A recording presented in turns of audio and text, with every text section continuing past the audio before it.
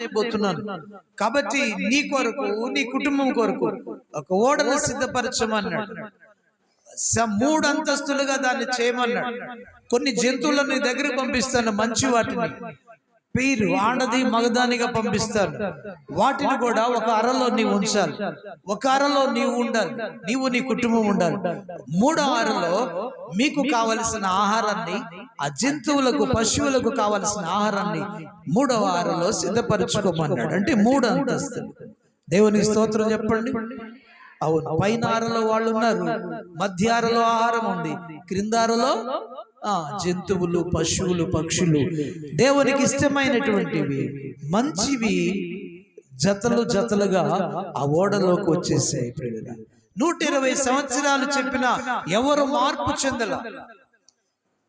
సమయం రాని వచ్చింది, ఓడ తయారైంది, దేవుడు వచ్చాడు. నోవాహు, ఓడ సిద్ధపరిచావా? అయిపోయింది నాయన, అయితే మీరందరూ లోపలికి వెళ్ళండి అని ఆ ఓడలోనికి వాళ్ళు వెళ్ళిన తర్వాత దేవుడే వచ్చి ఆ ఓడ తలుపులు మూసివేశాడంట. ఏ మూసాడు చెప్పండి? ఈ రోజు నీ ఎదుటి కూడా తలుపులు మోయబడితే ఇక నీ ఓడలోకి చేరలేవు. దేవునికి స్తోత్రం. దేవుడు ఈ దినాన నీ కొరకు పరలోకపు గవిని తలుపులు తెరిచి ఉంచాడు. కృపాకాలంలో నీవు ఇంకా మార్పు చెందాలని, మనసు మార్చుకోవాలని, ప్రభు రక్షణ ఓడలోనికి రావాలని, పరలోకానికి చేరి నిత్య జీవితం అనుభవించాలని కోరుకుంటూ నీ కొరకు పరలోకపు ద్వారాలు తెరిచి ఉంచాడు. నీవు మాట వినకపోతే నీ ఎదుటి వాటిని మూసివేస్తాడు. ఇక నీవు అందులో ఇక ప్రవేశించలేవు. అలానే ఓడ తలుపులు మూసివేశాడు. వర్షము స్టార్ట్ అయింది. భూమిలోంచి భూమి గడియలు తీసాడంట. ఏం తీసాడంట? భూమిలోంచి నీళ్లు ధారాపాతంగా వస్తా ఉన్నాయి. ఆకాశపు తూములు తీసాడంట. ఏం తీసాడు? ఆకాశానికి ఏమున్నాయంట?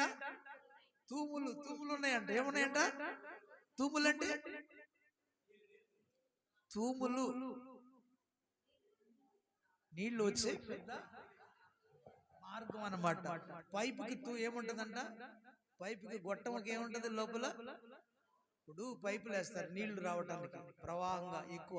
చిన్న పైపు వస్తేనే చిన్న నీళ్లు వస్తాయి, పెద్ద పైపు అయితేనే పెద్దగా దార వస్తాయి. అలా రావటానికంట దేవుడు అన్నాడు, ఆకాశపు తూములను నేను, అంటే ద్వారాలను తెరిచాడు అనమాట. ఆ దార పైనుండి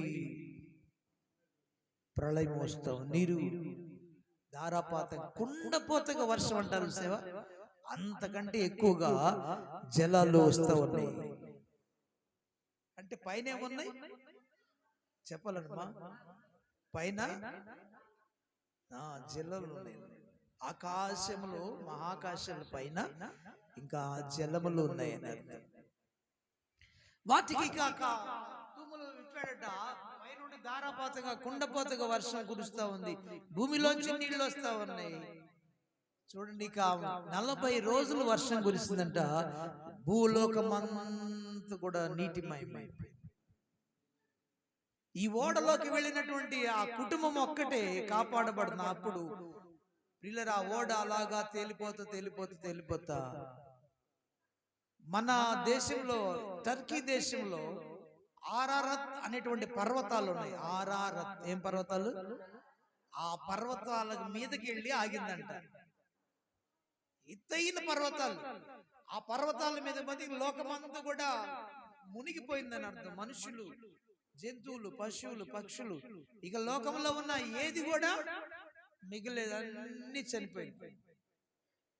ఈ జలప్రళయం అంట 6 నెలలు వర్షం, జలప్రళయం వస్తానే ఉంది.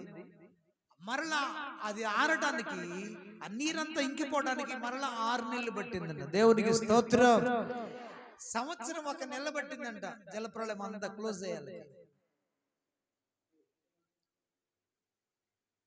ఈ ఓడ మీదకి వెళ్ళి ఆగి, ఆ పర్వతాల మీదకి వెళ్ళింది ఆ ఓడ.